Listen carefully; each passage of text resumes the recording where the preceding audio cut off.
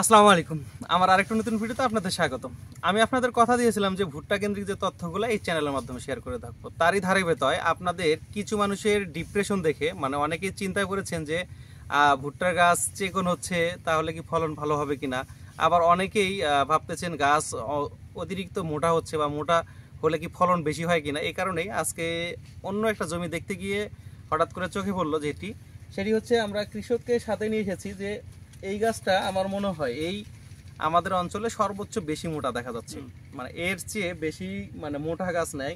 গাছের colour, growth, A to Z মিলে সবচেয়ে ভালো। কিন্তু আমার কাছে মনে হচ্ছে যে কলার সাইজটা মানে বড় না, মানে কলা যতটুকু আশা অনুরূপ বড় হওয়ার কথা ছিল সেটা কিন্তু হচ্ছে না। এখন কি কারণে হচ্ছে না, যেহেতু কৃষক এখানে নেই, এখন জাতের সমস্যা নাকি ওনার পরিচর্যার অন্য কোনো সমস্যা সেটা অবশ্যই আমি দেখাবো। তবে আপনাদের যেটা আজকে বোঝাতে যাচ্ছি যে গাছ শুধু মোটা হলেই ফলন বেশি হয় না, এটা আমি বোঝানোর জন্যই মূলত সরাসরি জমিতে এসেছি।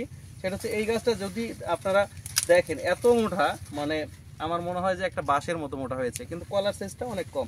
তবে আমি আপনাদের আরেকটা জমি দেখাবো, সেটা হচ্ছে গাছ চেকন কিন্তু কলার সাইজটা এটার চেয়েও মোটামুটি ভালো দেখা যাচ্ছে। এই কারণেই আপনারা এখন পর্যন্ত যারা ভাবতেছেন যে ভুট্টার গাছ চেকন হয়তো ফলন হবে না, এর জন্য আহামরি খরচ করতেছেন, এইটা না করে আসলে জাতের উপর নির্ভর করে কিন্তু গাছ মোটা বা চিকন হয় এবং ফলনও হয়।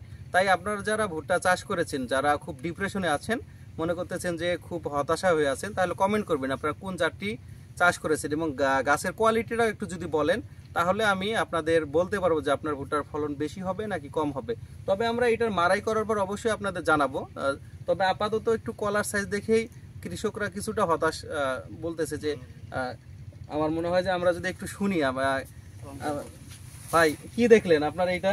তো আসলে যতটুকু দেখতে পারলাম যে গাছ যদিও আপনার পরিপক্ক এবং শক্তিশালী, তবুও কিন্তু আসলে ভুট্টার যে মোচাটা যেটা আমরা বলি আর কি, হ্যাঁ, সেটা কিন্তু অবশ্যই ছোট হয়েছে। কারণ যদিও সে কৃষক নাই এখানে, তবে আমার মনে হয় যে গাছের যে আকৃতি এবং সাইজ, সে কোনো দিক দিয়ে খরচটা কম করে নাই। হ্যাঁ, হ্যাঁ, কারণ সব দিক দিয়ে সে আমার মনে হয় যে পর্যাপ্ত সেটা অর্থ এবং খরচ করেছে। তো সেদিক দিয়ে আসলে জাতটাই মনে হয় যে এটা মনে হয় হয়তো দেখা যায় যে ওই জাতটাই পারফেক্ট, মানে ওভাবে ফলন আশা করা যাচ্ছে আচ্ছা না। আমরা আরেকটা জমি যদি দেখি, তাহলে আপনাদের আরেকটা চেকন গাছ যেটার গাছ দেখে পছন্দ হবে না, সেইটার জাতটা আপনাদের একটু দেখাই, তাহলে ডিস্টেন্সটা খুব দ্রুত বুঝতে পারবেন। আমরা ওই জমিতে গাছ যে পরিমাণ মোটা এবং কালো এবং সবচেয়ে মানে আপনার যে মানে একটা ভুট্টার যেমন হওয়া দরকার তেমন দেখলাম, কিন্তু কলার সাইজ যেটা আপনাদের দেখালাম সেটার কিন্তু আহামরি আমার পছন্দ হয়নি আর কি।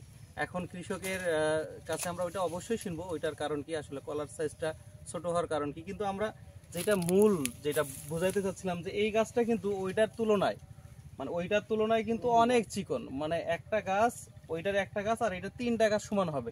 কিন্তু যদি কলা দেখেন আপনার, হ্যাঁ কলার সাইজটা দুইটা কলা কিন্তু আসছে, তারপরে কিন্তু আপনার লম্বা যদি দেখেন, আমার মনে হয় ওইটার একটা কলা আর আর এটা ছোট কলা সমান। মানে এইটার যদি আপনার একটা কলা মানে আপাতত যদি বের করা যায় আর ওইটার যদি একটা নেওয়া যায়, তাহলে অর্ধেক কম বেশি হবে, মানে এটা ডাবল হবে, ওই কলার এটা ডাবল হবে। তাহলে আমরা বুঝতে পারলাম যে আসলে গাছ মোটা হলেই হবে না, আসলে জাতের উপর ডিপেন্ড করেই কিন্তু ফলন হয়।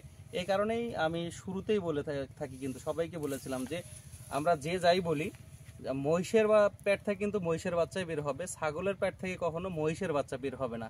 এই কারণেই আমরা মানে সর্বোপরি আমরা বীজকেই প্রাধান্য বেশি দিই, এরপরও তো ট্রিটমেন্ট বা বিভিন্ন কিছু আছে। যাই হোক, আপনারা যারা ভাবতেছেন যে হয়তোবা চেকন গাছ থাকার কারণে হয়তো ফলন কম হবে, এটা আর চিন্তা করার কারণ নাই। আপনার জাত আগে আমাকে একটু জানাবেন, কমেন্ট করবেন যে আসলে জাত কি জাত বপন করেছেন, তাহলে আমি আপনাদের বলবো যে আসলে এটার জাত মোটা হবে নাকি চেকন হবে। তো ধন্যবাদ সবাইকে, আসসালামু আলাইকুম।